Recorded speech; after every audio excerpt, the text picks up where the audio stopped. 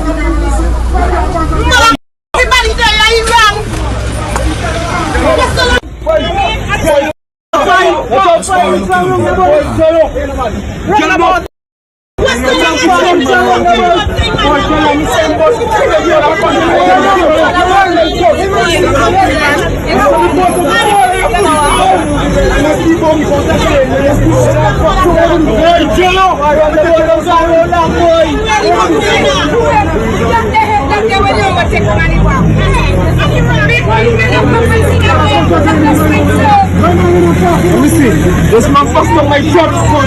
I'm going to send my boss to the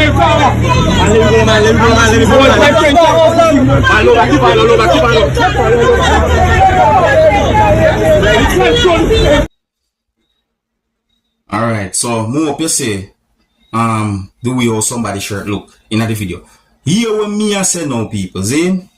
Alright, now the first thing I wonder is who all get the wrong when it comes down to that situation there. But here what me I say, my people, me see quite a number of wrongs when it comes down to the situation, and let me point out a few. One, first of all, too, I don't believe in no form of hostile, aggressive behavior towards anyone.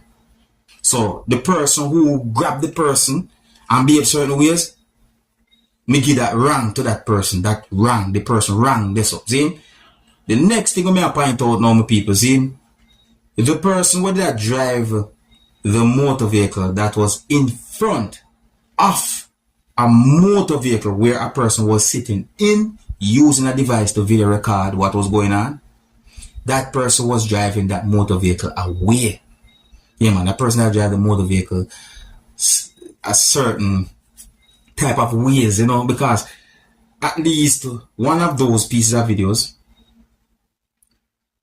shows the motor vehicle at one point, or at least one point in the middle of the road, traveling, my people. And you know, the way how the person that drive, that can cause a problem for other motorists who use the road. The next thing no more to point out, Zeke, and I know some people might disagree with me, but when it comes down to road on a really big, I don't really believe in the whole heap of overtaking for narrow road and them thing then. See? Yeah, so all that, you know what? I don't point out nothing more, but my people, tell me what you think about the situation. Tell me who you think might be right from who you think might be wrong. Alright, and if you're new to my channel, don't be afraid to click the subscribe button and click the notification bell so that you can be notified whenever I post a video. Alright, so my people, want to take a look at this video that shows a motor vehicle that has a beryllium mark on it. I want to take notice of a person where you can see at a certain height holding something that look like a gun. Now my people, I see quite a number of videos on social media that shows the security guards, in my point of view, behaving cautious. And I think a lot of Jamaicans by now get information about gunmen attacking security guards in different situations or at different times then, you see me I say? So, when I see a video like that, my people, I say to myself, say, well, me not see no joke there, so.